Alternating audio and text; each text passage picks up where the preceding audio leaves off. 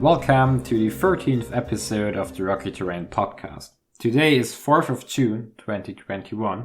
It's finally summer. And yay. My name is Thomas, and with me as always is Dennis. Hello there. This episode today is gonna be about the Artemis program, and we're gonna talk about it, discuss it a bit, and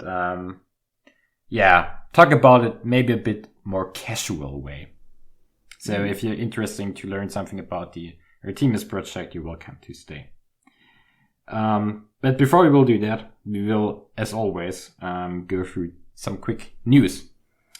So Dennis, any news?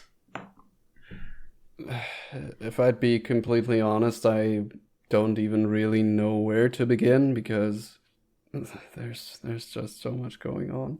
So, okay, quick change some plans. We're just gonna talk about Dennis' life now. All right, then. This shouldn't take long. You have an hour. 24 years times my talent for really stretching monologues out. No, but in all honesty, a lot is going on currently. Application for my master's degree is out. We're currently looking for a flat in Bonn, which the less said about that, the better.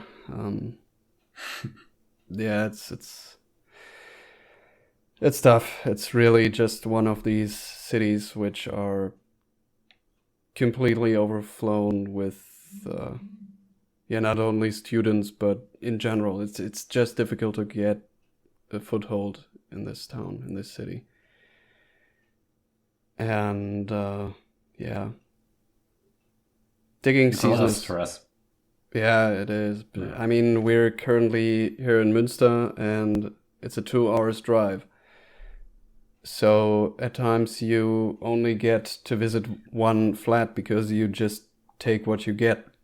And then at times it can happen that you'll be in the car for 4 hours for just visiting one single flat, which you're not gonna get anyway. So yeah, positivity. But on the other hand, digging season is coming up.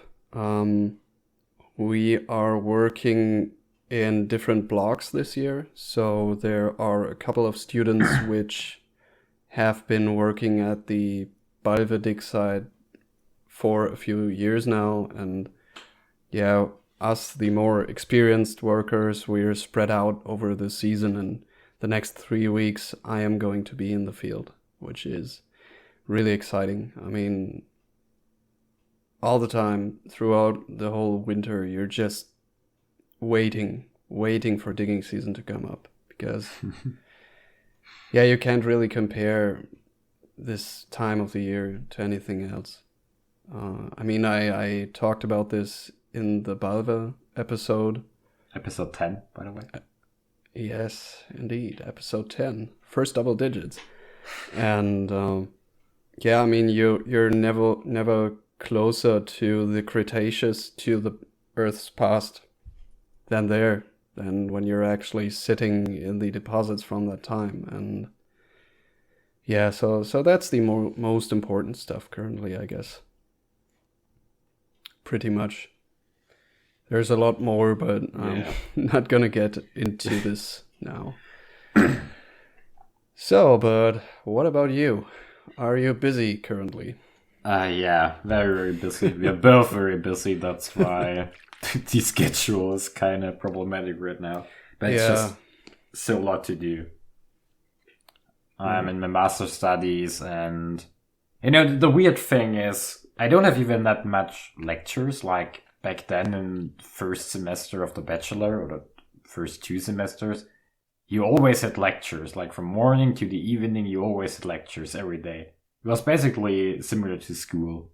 And now I even have like one day completely free, and on the others, like, I don't know, 1 or 2 lectures per day. But just the overall workload is so much more. And now you are also working in the university, and I have 2 projects that I'm currently working on, and like everything together. Woof. So I had to do 2 presentations for this week, and then last week there was the abstract deadline for the European Planetary Space Conference, the EPSC. And yeah, and then homework for some of the lectures, so large workload. Yeah. However, honestly, it's a lot of stress, but I'm so happy to be back again. Like, I can go to university. I mean, our university is still closed for most parts, but it's opening up again, like in the last weeks, and I'm also working at the university. That's why I can go in and out basically whenever I want. Cheating. And just to, be back in university life, having to do things, meeting other people.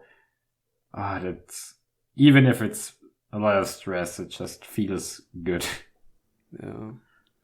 Oh man, I'm just really missing everyday life at the university. That's we talked about this shortly before the podcast, before we started recording, and it's been 1.5 years since I've been to university, since I've been to any lectures or anything. It's honestly mind-blowing. It's completely mind-blowing. Yeah. And I hope that I'm not going to be overwhelmed once master's courses start. If they're going to take me, that is. Yeah, I think so. I hope so. Yeah, so normal life basically, coming back, trying to get a vaccination appointment, which is extremely difficult right now. Yeah. And my professor in the university is currently on its way to Spitzbergen. Wait, what's the English word for that?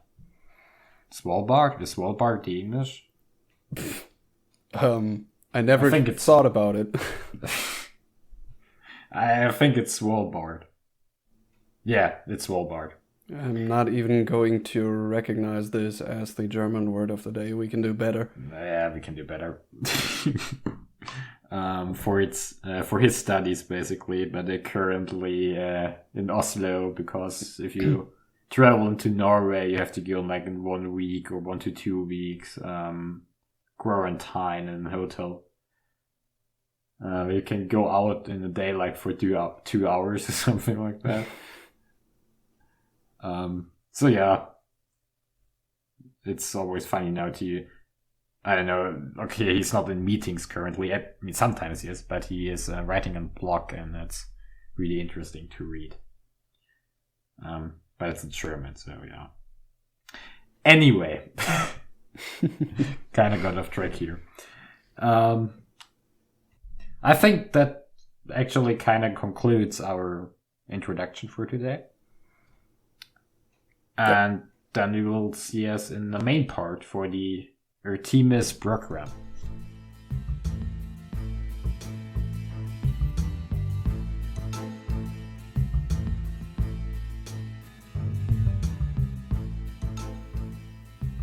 So, Dennis, on December 14th, 1972, so 49 years ago, at roughly 1 a.m. at least German time, humans, so the humans, the astronauts from Apollo 17 left the moon, and since then, no one has returned.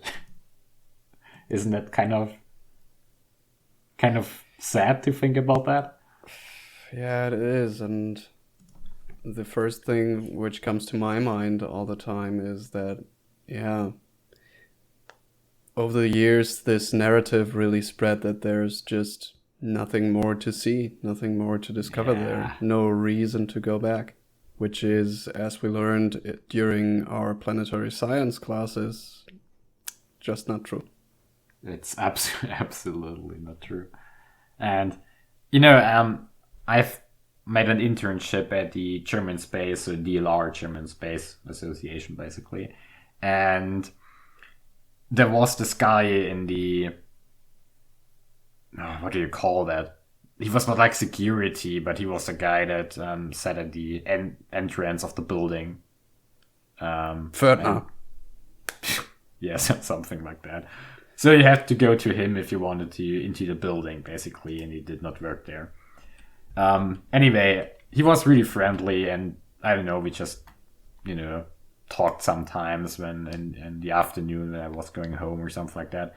And one evening he was like, so you said you're doing like this planetary geology stuff. So why weren't we on the moon again? And I was like, reverses the question. Yeah, he was like, isn't it weird that we weren't on the moon? Like, why don't we go there anymore? And isn't it weird? He was like really confused by that. And I was, this really happened, and I was at the start pretty confused by that. However, I then told him also that, yeah, so mostly money reasons. Yeah. And yeah, we need the money to go there, and we need a lot of money to do that. And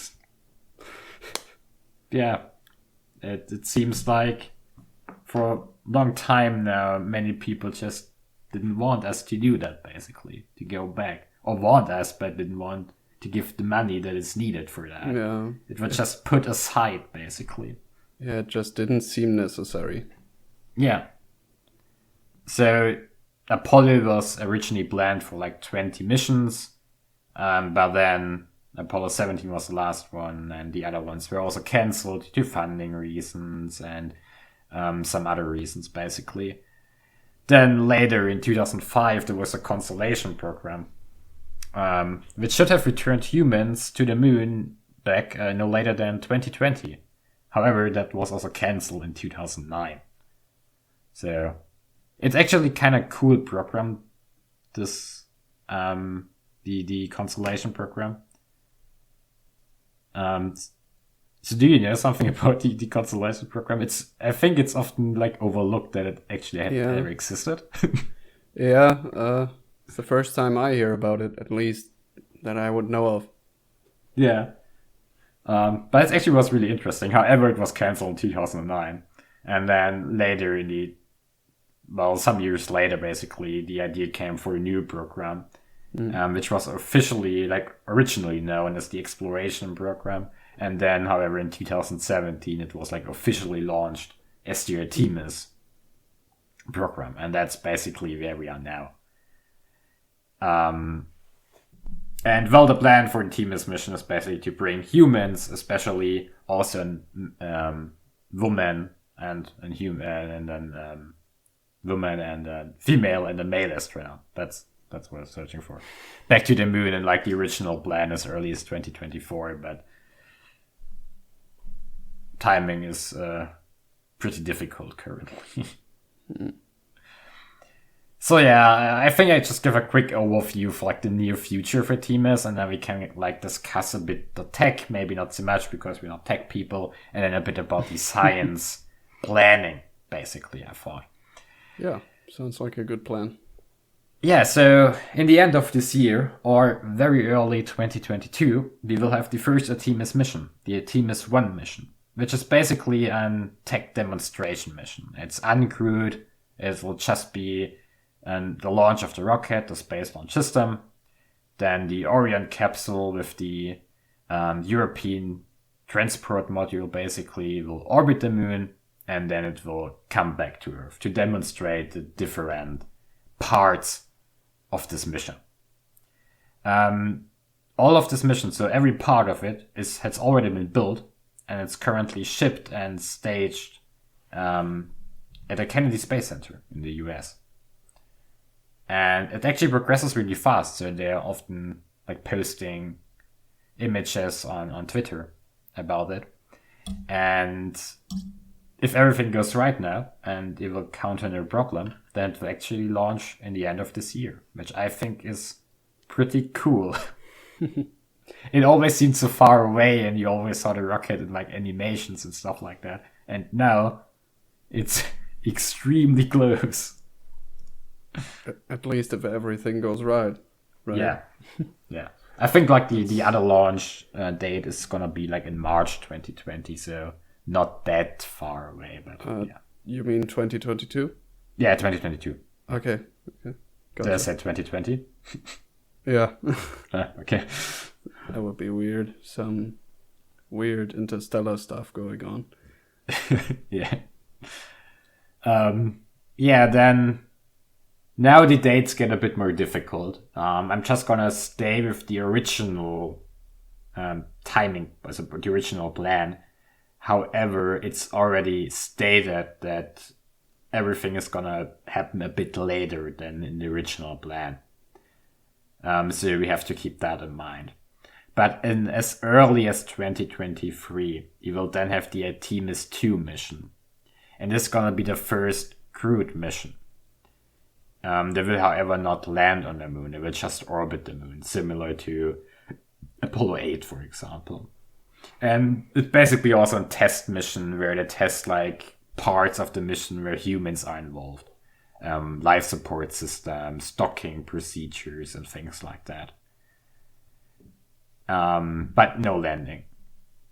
And then in as early as 2024, but as again said, probably a bit later, we have the Artemis 3 mission, so the first human landing since, and then 53 years or something like that.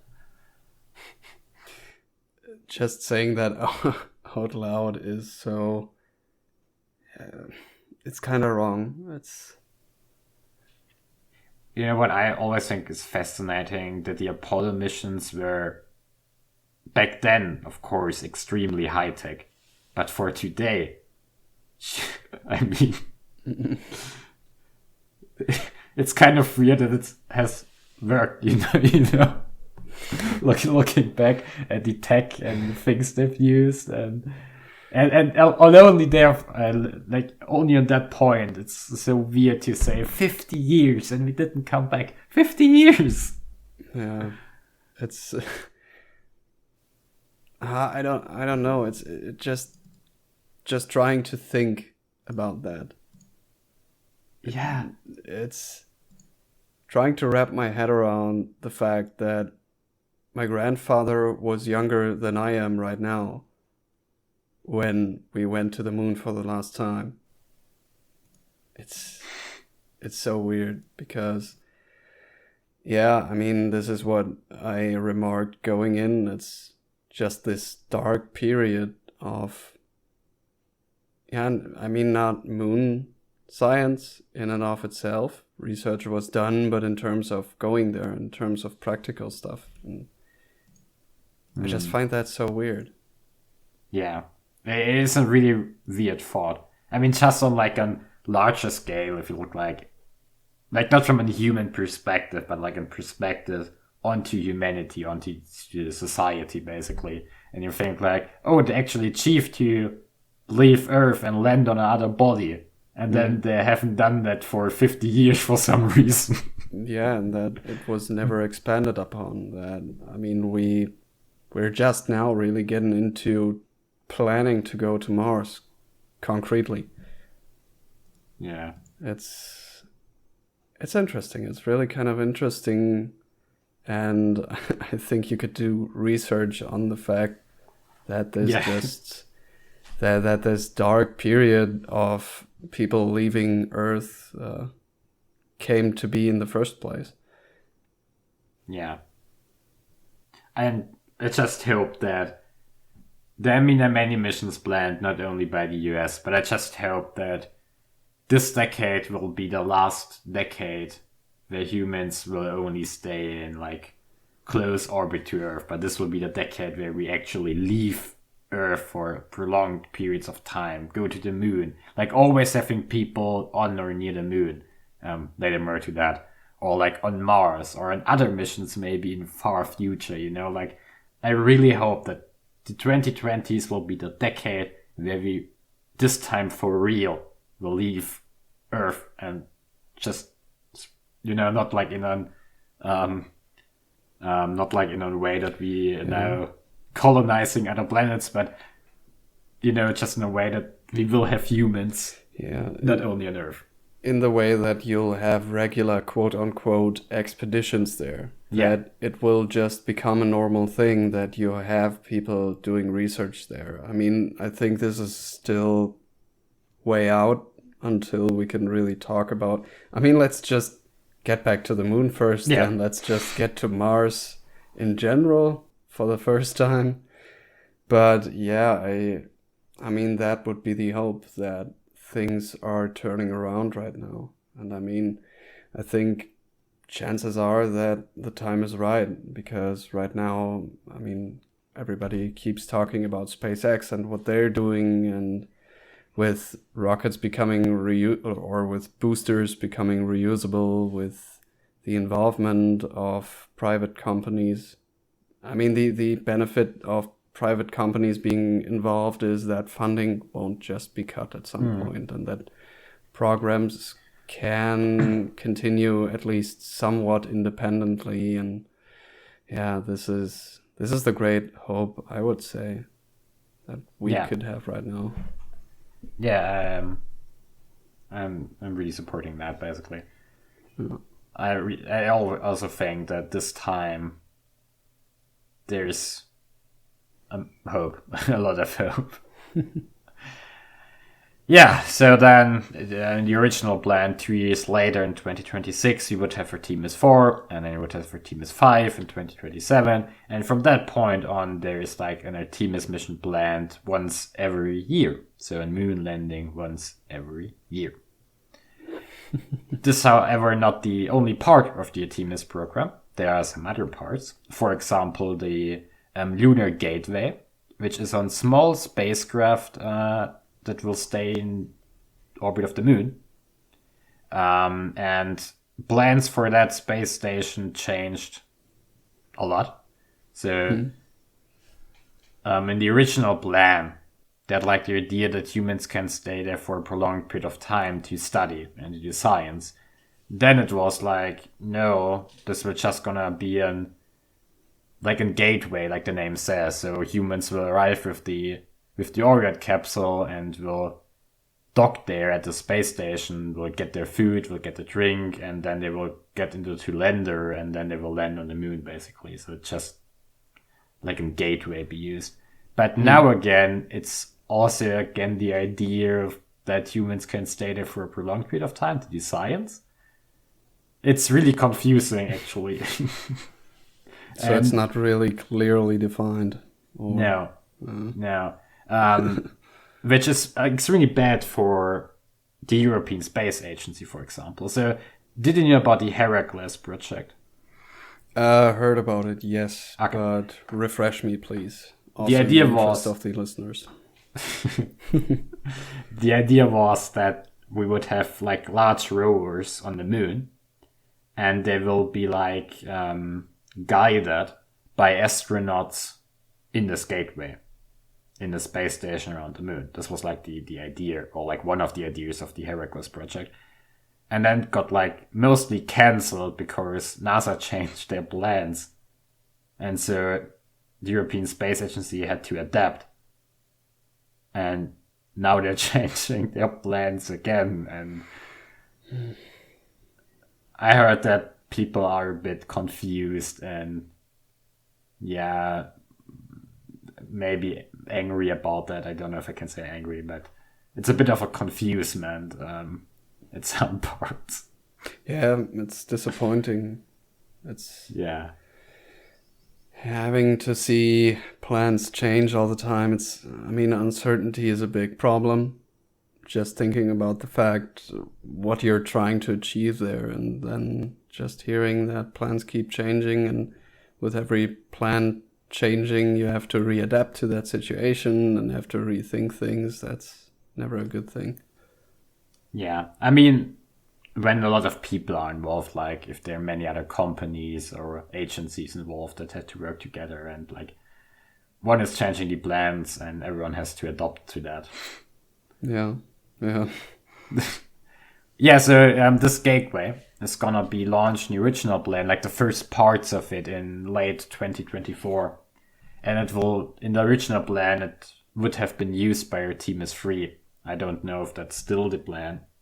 But it should have launched in late 2024, and then it would have been completed in the years to come. It's not a complete American project, basically. So we would have parts that would have been built by NASA, but also parts from the European Space Station Agency and Roscosmos and JAXA, so the Japanese Space Agency. And I also think some commercial parts. So a large project involving many different agencies and companies around the world, basically. So yeah, so basically currently, it will do science, probably, maybe, but also be used as a gateway for before landing to get food, drinking water, and refuel, basically. Then we will have also the plan for a moon base, so a base where humans can stay for a prolonged period of time at the lunar South Pole. And in the original plan, this is 2028. So that sounds... I mean, it's doable, but it sounds like sci-fi. Yeah, it's pretty soon. Yeah. I mean, what are 7 years? It's nothing. It's really nothing. And but but now with all the schedule changes, I don't know if it's gonna be 2020, 28, and then Yeah. Of course, but even as a goal, that's Cold War planning. Yeah. Basically, I mean, there were extreme timescales back then, but then again, different times, political prestige. Yeah. Yeah. Also, the working, how do you put that? They worked differently back then because they had the complete support of the government and had a lot of money. So it was just like, it's like similar to what SpaceX does now. Test, see what fails, test again, see what fails, launch, see what fails, do it again. And that's basically what it did back then. But of course, they can't do it now anymore. So every launch has to work perfectly, basically. And that's why also humans will already launch, like in the second launch of the space launch system of the rocket, humans will already be on board of it. That's, I don't know, but then again, we're more precise today, I would argue. Yeah. But I know what you mean. So then on the moon, you would already also have rovers, like rovers similar to the ones from the Apollo missions. But you would also have, or there's the idea for a large rover, which would have life support systems so that astronauts would be able to drive for really long distances and survive within this large rover. Which also sounds pretty cool. I always think like the looks from what's that movie called again? The Martian? The Martian, right? They looked really realistic, didn't they? Absolutely. Actually, this was also the first image which came to my mind right now. It's overall this. Of course, I knew what Artemis was, whatever. And I roughly knew about its existence, its significance, but now where you're talking about it in detail, the plans really sound pretty packed. I mean, you have people coming and going, you have a lot of equipment around, you have plans for the South Pole Station. All of this really sounds like one hell of a plan if executed. Yeah, and it's like just a small part of the plans. They're much larger than that. And like every mission will have like the original idea, at least, was that, for example, if our team is first landing on the moon, then before that there would be some other landers that bring like technical stuff in, so already to the landing point. like not only one landing, but there will be other uncrewed landings basically to bring stuff to the surface and things like that. So plans are large. And then there's like one additional part I want to talk about because it's pretty interesting, and you also mentioned that before. These are the Commercial Lunar Payload Services, or CLPS. So these are missions that are like under the flag of the Artemis program, but they are done by commercial services. And actually this year, in 2021 hopefully, Astrobiotic, a company in the US, will land, so this is the first commercial landing, an uncrewed lander on the near side of the moon and carry 11 payloads. As 11 scientific payloads to the surface. Pretty cool. And then next year, in 2022, we will have additional 2 commercial landings on the moon by 2 other companies, Intuitive Machines and Masten Space Systems. So again, also a landing point at the lunar South Pole. With a drill, basically. So also pretty cool. And then in 2023, really interesting, we will have the Viper rover. The Volatile Investigation Polar Exploration rover, which is built by NASA and Astrobiotics, also the commercial company, and it will be basically the first real resource mapping mission on another body that's not Earth, and they will search for these volatile deposits, these water deposits on the moon, which we will also talk about later, at least in my plan. So that's also pretty interesting. So there's a lot gonna happen in the next years, and that's pretty astonishing.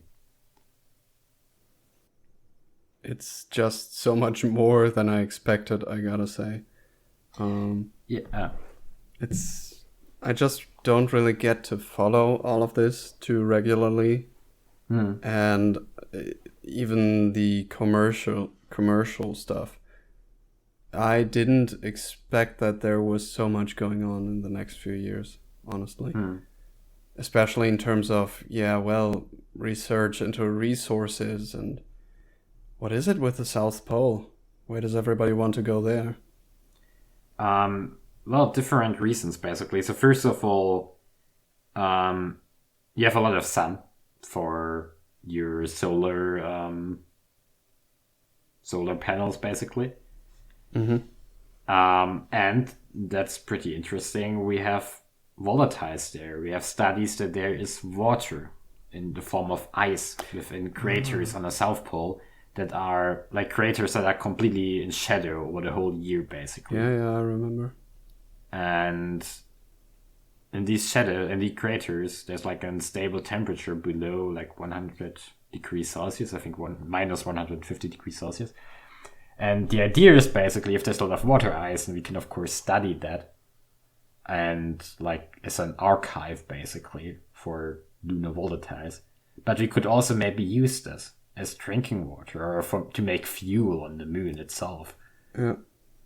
Okay, that makes sense. Yeah. So the poles are really interesting, yeah. And then there are some other scientific reasons, of course. Okay, so this is like the plan for the near future. And the rocket that is used is the Space Launch System. And, this was like not a running gag, but over the last years, with some of my friends here at the university that are a bit more into space science, and also you, it was like this, yeah, they're building that currently, right? Like, is something happening there? And I was actually then astonished to see, wow, they're actually really progressing on that. So if you see the images now, it's gonna be completed very soon. In terms of you just didn't follow it very closely, or? Yeah. Okay, because I didn't know whether you meant that or that not much was going on for some time for some reason. Yeah, this rocket was planned for a really long time, and it was like put back ever and ever. Like, okay, then it's next year, okay, then it's next year, okay, then it's next year. And okay, but there was no stop in construction or anything? No, not as far as I'm concerned. Okay. So the Space Launch System is a rocket built by NASA, of course.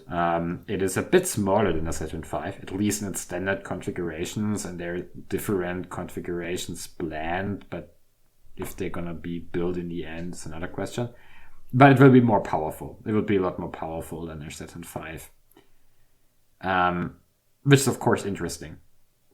So the Saturn V already had too much power for the moon. The Saturn V was overpowered basically.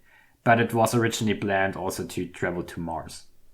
And that's the same for the Space Launch System. So it's not only built for the moon, but for programs that go beyond the moon. And Artemis is seen as a step towards Mars, basically. To get in space again, to build like an environment in space, and then you can build on that for future missions to Mars. That's like the overall idea. Yeah. So that's the rocket. It will have the Orion spacecraft, where 4 astronauts can fly with, which is also built by NASA and has already been tested on top of another rocket. And then we have the transport system, which is built by Airbus and the European Space Agency. So, and that's I really think that's cool, because the European Space Agency has to do here an vital part, right? We need this model, so otherwise we can't go to the to the moon. So that's pretty cool. And they actually were really fast. So where they finished the first modules before it was actually planned. So they really pushed forward. Yeah. Who wouldn't like to hear that? And then we have the lander. And for the lander, it's, again, another point. Because this time, it's going to be the first, other sides from the Apollo mission, it's going to be the first landers where NASA will not build the lander itself. But commercial companies are going to build the lander. And there are currently 3 contestants, basically. We have the Dynamics lander by Leidos, the company. A Leidos company, they call themselves. Then we have the SpaceX Starship lander. And then we have a lander by the national team. So there are many companies within this team, like for example Blue Origin or Northrop Grumman or Lockheed Martin, for example. Yeah, and there's no decision yet or anything. It's basically still up and running. Yeah. However, selection process. Yeah, it's not, nothing is selected yet, but they awarded money recently. Like one contestant got a lot of money and large award from NASA, and this was SpaceX, and they won $2.89 billion for their study. The other companies were not really happy by that, and I think there's still some ongoing discussions now. Is it like a favoritism thing? Like, I mean, SpaceX is pretty involved with NASA, and I don't know about the other companies. That's the thing. Yeah, they basically say that's unfair. That was an unfair decision, and it should have been more public, and it should have been discussed more. And I mean, it's not a decision yet which lander they will use. But of course, it's a large investment, and we have to be clear that the lander by SpaceX is the most ambitious one of all of them. Like the other landers are close to the science that we know of. Of course, far more futuristic than the original Apollo landers, but they're kind of used to this style of landers, and these SpaceX landers basically complete another world. I mean, that's kind of a difficult part, this whole lander discussion. They hadn't said why they awarded SpaceX, but what I saw from people telling on the internet basically what their opinions are on that. They say, like, of course, they're ambitious and they want to support ambitious projects, but also SpaceX wanted less money overall than the other companies. Also, it is very ambitious, but it can, of course, carry most of the stuff. This lander is gigantic. I mean, if you look at the renders, it's It's gigantic. It's larger than the Lunar Gateway, so when it's docked on the Lunar Gateway, this would look ridiculous. And also, the SpaceX lander, at least the atmospheric version is already tested. They're building these prototypes on a weekly basis, more or less. Yeah. While the others are still yet on paper, so maybe that was also involved in the decision. It definitely sounds like there is more than just, as I said, going in favoritism. The way you just said it, it really sounds like there are good reasons for this choice. I also understand when people maybe are a bit... it's so ambitious that it's kind of this... I'm a little bit afraid that maybe it's too ambitious, Maybe it looks so futuristic that it's like... What's the worst that can happen? Yeah, no, I get it. I absolutely get it. Sometimes the more conservative approach is the safer approach. Yeah. And I absolutely get that, but then again, it's... Yeah.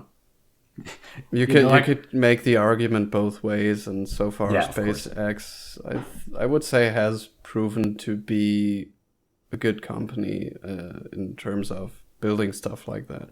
Yeah, of course. When they said they're gonna land their rockets, that also sounded like futuristic. Yeah, and then they did it.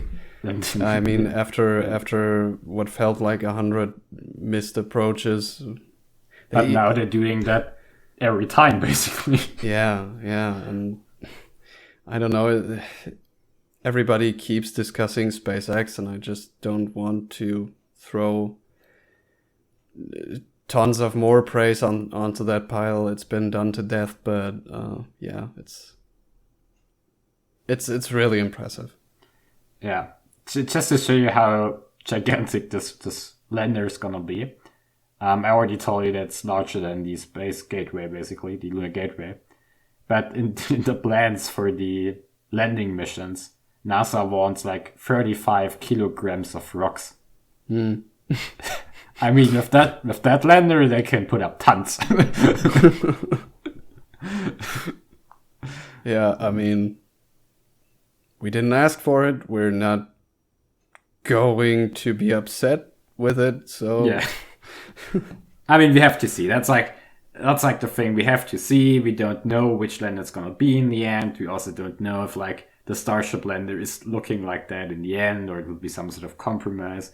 We have to see. There is still a lot of time, but also not a lot of time. That's the part where I'm confused. In the original plan, in 3 years we would land on the moon, and we won't have a lander yet. That's the part that I am. Also, I don't want to go into the space run system discussion, or if it's in rocket that it's needed or not. I think yes, but I don't want to go into this discussion. However, I just think that's kind of weird that we have so many rocket companies, and only NASA has landed with humans on the moon, and now companies are building the lander, the one thing that NASA has already done, and the rocket is built by NASA. That's I think that's just interesting planning, but anyway. Sounds counterintuitive, it does, but any sorts of reasons for that? Some statements about that, or didn't you encounter any? I think because the space launch system was planned in very early on, in early, 2010, 11, 12, something like that. It was planned very, very early on. Okay. It was one of the original plans of the Artemis mission program, long before SpaceX had their plans and landed on Earth again. So, yeah, basically, I think that's the original plan, and that they started building or planning on this rocket from the beginning on, basically, and then they came this lander, and then they realized, we need a lot of money for the lander, so let's just let companies do that, basically. Yeah. Okay, makes sense. Anyway, we've now talked a lot about the planning and the tech. Maybe let's talk a bit about the science, because Artemis is all about the science, of course. The juicy stuff. The really juicy stuff. And honestly, I'm not gonna overstate that or something like that, but this will change planetary science. Not only lunar science, but this will change planetary science in a gigantic way. The things that we can study now that have to be modeled before or looked on, on spacecrafts that just on, very far away, or just spacecraft imageries and stuff like that. This is gonna change planetary sciences in gigantically, and that's even not much enough. Like, gigantically is not even the word that I'm searching for. I mean, we keep going on and on and on about the fact that we just need people there. Yeah. That's just, it's really one of the first things you learn, and one of the first things which just get hammered into your head, literally, while you're in the field for the first times, while studying geosciences, is that you can't do this without going out, without searching out rocks, and without looking at stuff in the field. I mean, planetary sciences are doing the best they can, but just thinking about geology, doing geology on Earth without ever setting foot into the field, unimaginable. Yeah. Like rovers on Mars, obviously very cool. Yeah. But they're not comparable to have like 10 humans there.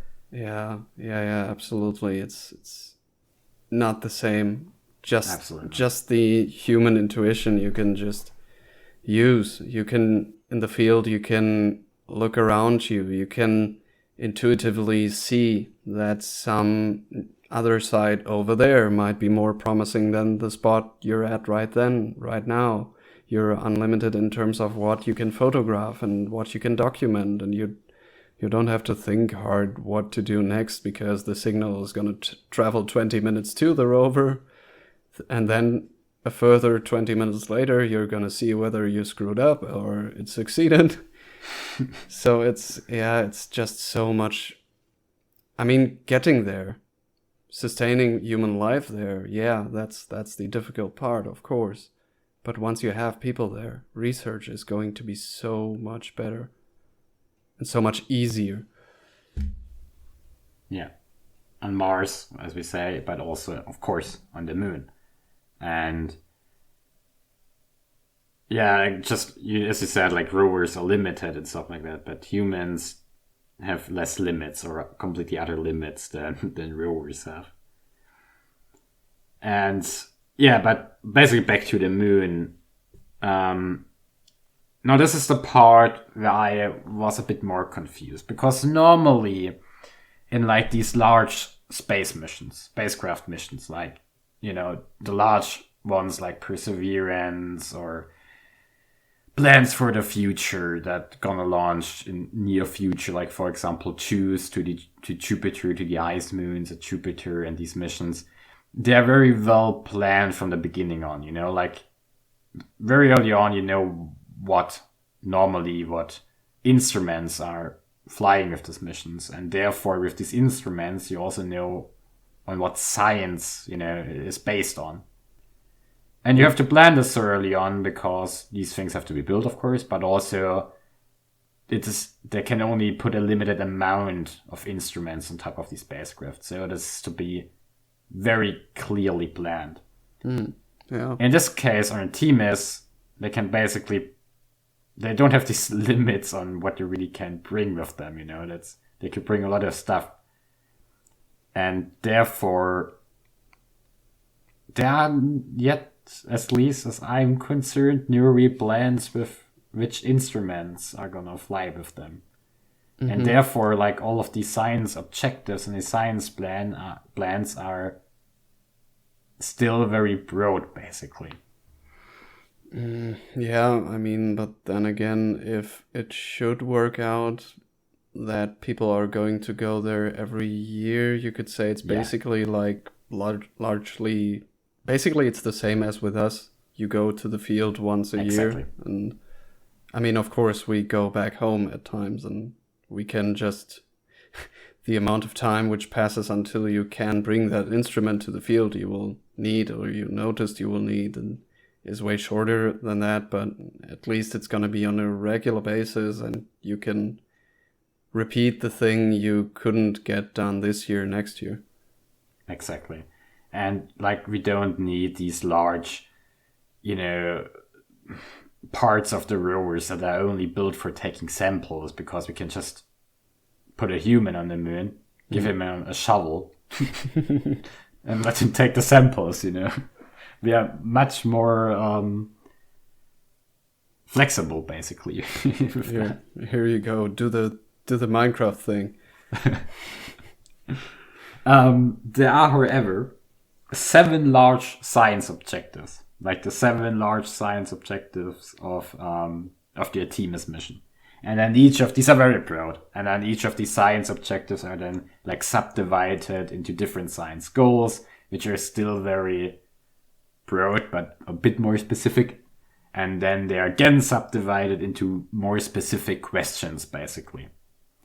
And these large science objectives are, the first one is understanding planetary processes. So, as I said, pretty broad.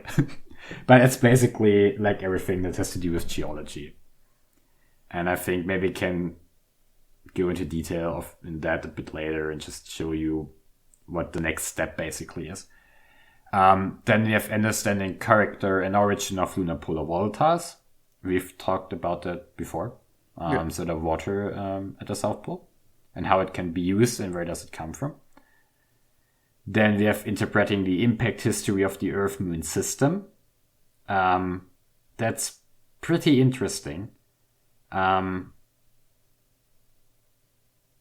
we'll talk about it later. This podcast shouldn't be that long, but I think I just go through the science objectives first. Then we have revealing the records of the ancient sun and our astronomical environment. So study of our sun and basically space around us. That's cool. Then we have observing the universe and local space environment from a unique location. That also sounds cool, but is a bit vague, isn't it? Yeah, I can give you an example about that later. And then also conducting experimental science in the lunar environment, which of course makes sense. The International Space Station is, for example, doing a lot of studies on material sciences and things like that from different companies and so on, because they would just want to test how different materials, for example, react in space. And that's, of course, also interesting then on the moon for future missions. And then the last one is investigation and mitigation of exploration risks for future missions, which also makes sense. You want to know what things can be maybe a bit dangerous for future missions. Yeah. So to understanding planetary processes. As I again said, this is then again subdivided, like into formation of the Earth-Moon system. So now things get a bit more specific, but they're still pretty broad. So understanding the formation of the moon. The differentiation, which means basically like the moon has some crust and mantle and then core. So how did that work? Like what processes happened there? Lunar volcanism. We have volcanoes on the moon, and how did they work? And when did all these eruptions happen? And what kind of eruptions, for example, and their compositions? And where did these eruptions come from in the first place? Then we have lunar tectonism. I might be a bit biased here, but I'm really hyped for that one. And then space weathering. Like how the micrometeorites and the cosmic rays and the solar wind is reacting with the surface of the moon. Yeah, well, stuff you're familiar with. Yeah. So these are a bit more specific goals, of course. And it's all about understanding the geological processes on the moon, basically, and its origin. And then these again then more subdivided into really specific parts, where then you can basically get ideas about possible instruments, right? Right now it's very broad, but the next subdivision gets more specifics, and you can really think about what can we do to study these points. So, for example, determine the driving mechanism of shallow moonquakes. So, when the Apollo missions put 4 seismometers on the moon, and I talked about it in an episode before, like in one episode, not the episode before, but in one episode of the RockyTerrain podcast, we recorded moonquakes. Mm-hmm. And we want to know, where do they come from? So there's this theory about maybe the moon is still tectonically active. And I'm a really big supporter of that. You can listen to this episode.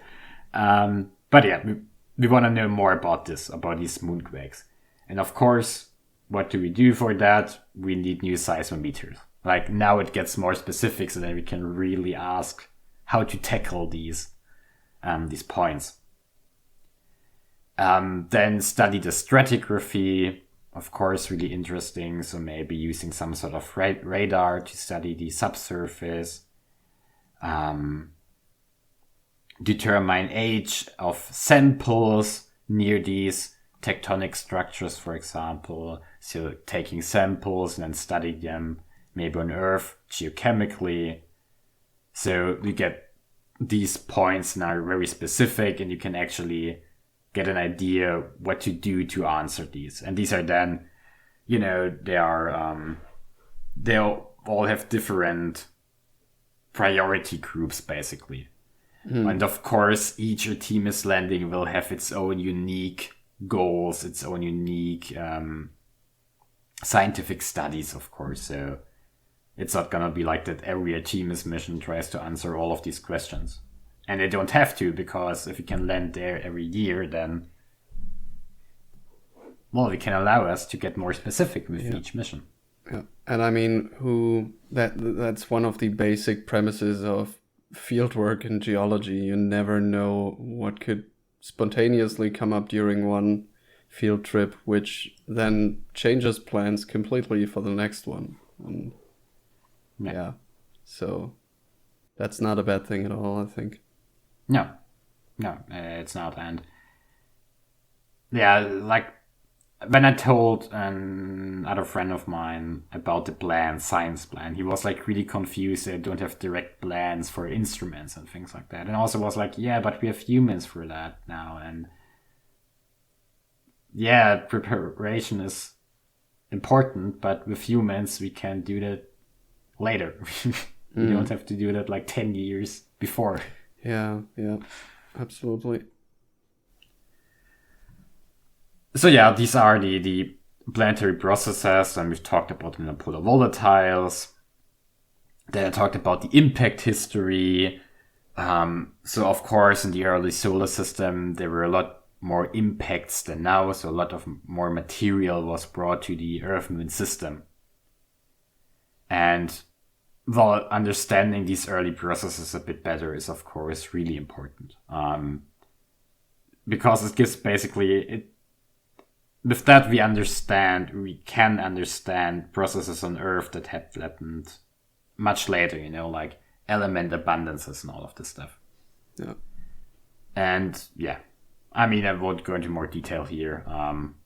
I've gone into a bit more detail I've had a presentation about the Artemis program in university last week, and I've gone in more detail in this part, but anyway. And then the one that you thought sounded very interesting was observing the universe in local space environment from a unique location. Yeah, it's just like, well, yeah, sounds great, but then again, what exactly does that mean? They're not just gonna stand there and gonna look up, and they're not gonna be like, "Oh yeah, that's more impressive than I expected." Yeah, Moon is pretty unique, right? Ah, yes, I see. Anyway, no, all jokes aside, what exactly is meant with that? I mean, of course I can imagine, but yeah, like many of these things sound a bit far in the future. I don't see some of these like landing on the moon casually with one of the Artemis missions, but the idea is to study the universe on the moon because it has some advantages, right?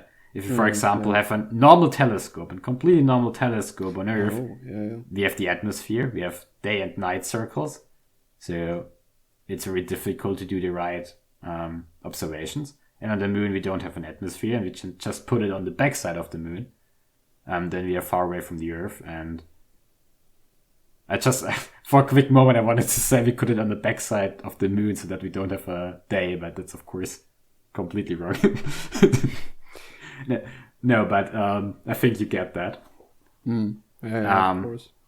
Then, for example, radar observations. On Earth, we have a lot of radar noise because we emit a lot of radar. And on the backside of the moon, for example, we are like in the shadow of Earth's radar emissions. They will hit the moon, and so the backside of the moon is free of any radar noise from humans. So, just a few seconds ago, I was thinking that, of course, we could observe the universe from the moon.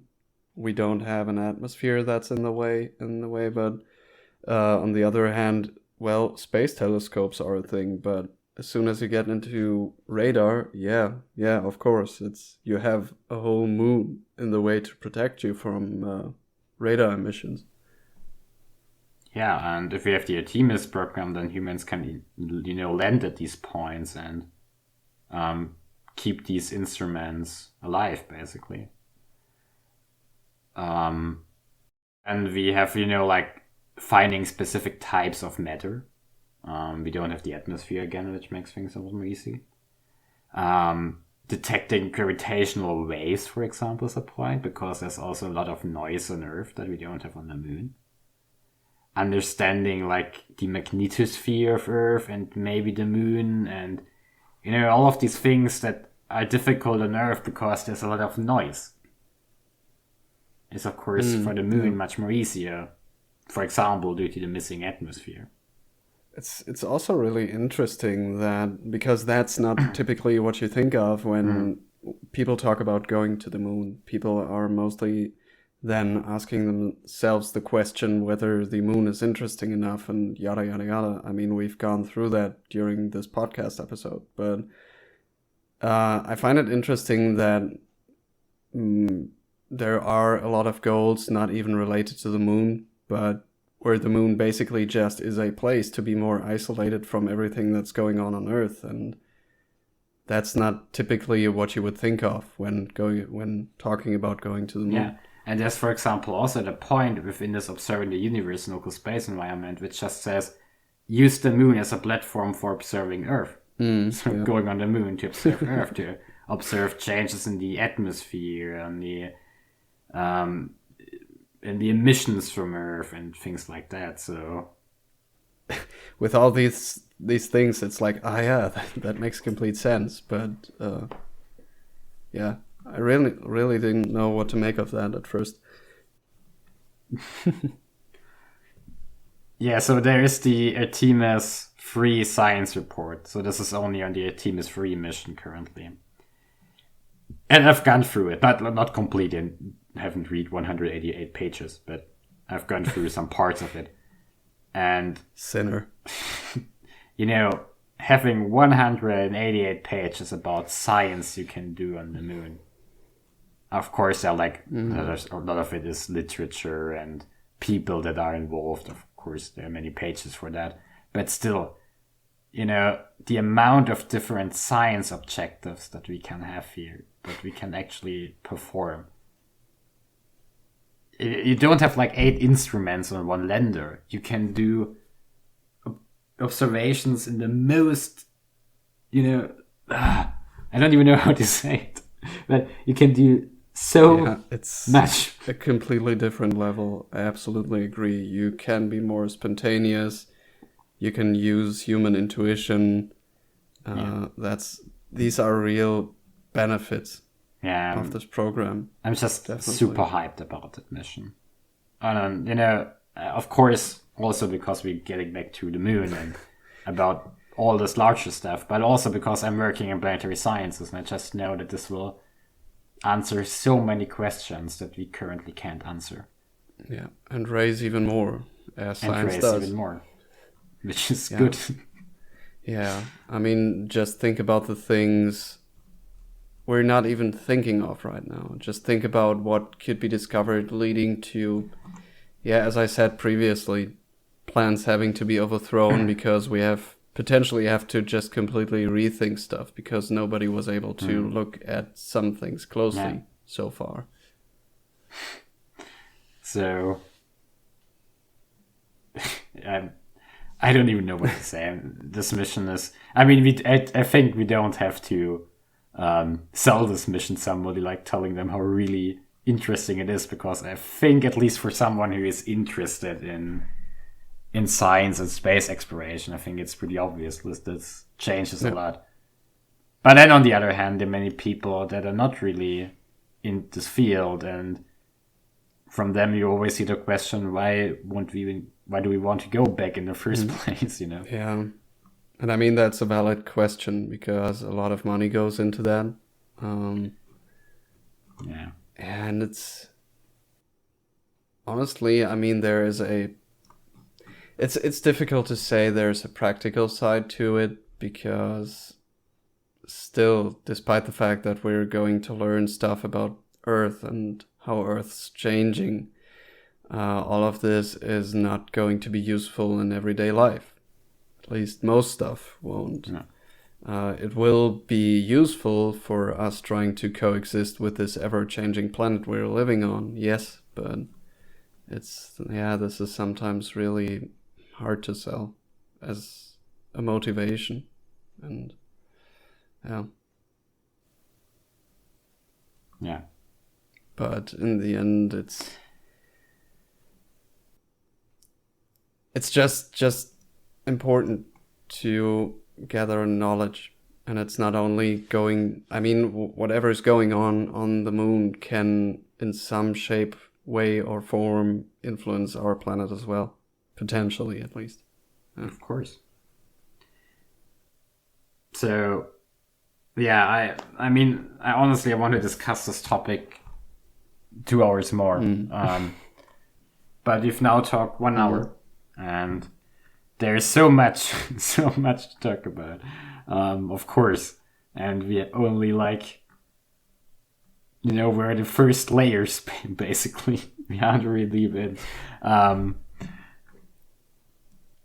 but I think maybe that's the point, that we can just summarize it, and it changes, first of all, lunar planetary sciences in a gigantic way. Then it will also change humanity in some way, because this is gonna be the first step for further missions that are yet beyond our reach, that's our way to Mars. That's our ways maybe to some very futuristic sounding stuff, like letting humans travel to the orbit of Jupiter, Saturn, I don't know, having humans in the orbit of Venus. Of course, that's very far away, and of course, it's not especially part of the Artemis program. But these steps that we are doing now are so important for everything that is coming, and we are doing it now. This is the start. This is the start of something that could change,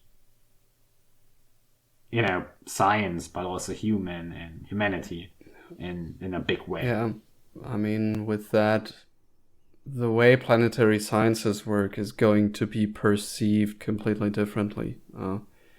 As you said, I also think it's still a really long way out until flights to other planets will become a regular thing. But if this really works out, this could be the first step into an era where, astronauts are going to go to the moon and to other planets more regularly, where basically planetary sciences as a discipline of geology are going to have field trips, if you will. And this alone is really exciting. Yeah. Definitely. I can't stretch how I am blown away and how I'm looking forward for this mission. I mean, being there when humans land on the moon again. And at least so much is for certain, I would say it's gonna happen while we're alive. Yeah. Yeah. That's yeah. If it's 2-3 years later than the original plan, okay, then it's 3 years later. Maybe it's 4 years later. I don't know, but we will go back later or sooner. All right. Then let's maybe conclude this episode here. And is there anything you want to add? No. I pretty much, I think I've said pretty much everything which came to my mind, so I'm fine. Okay. Then thanks for listening. We hope that you enjoyed it. And we will hear each other next time. Bye, guys. Thanks for listening to the RockyTerrain podcast. If you enjoyed listening to us, please consider subscribing on your favorite podcast platform. Everything addressed in this podcast reflects our own opinion. You can contact us at 4.5gainthemaking@gmail.com. That is 4.5gainthemaking@gmail.com. All music used is from Kevin MacLeod and was downloaded from filmmusic.io under the Creative Commons license. That is heavy interlude for intro and outro and home bass groove for intermission.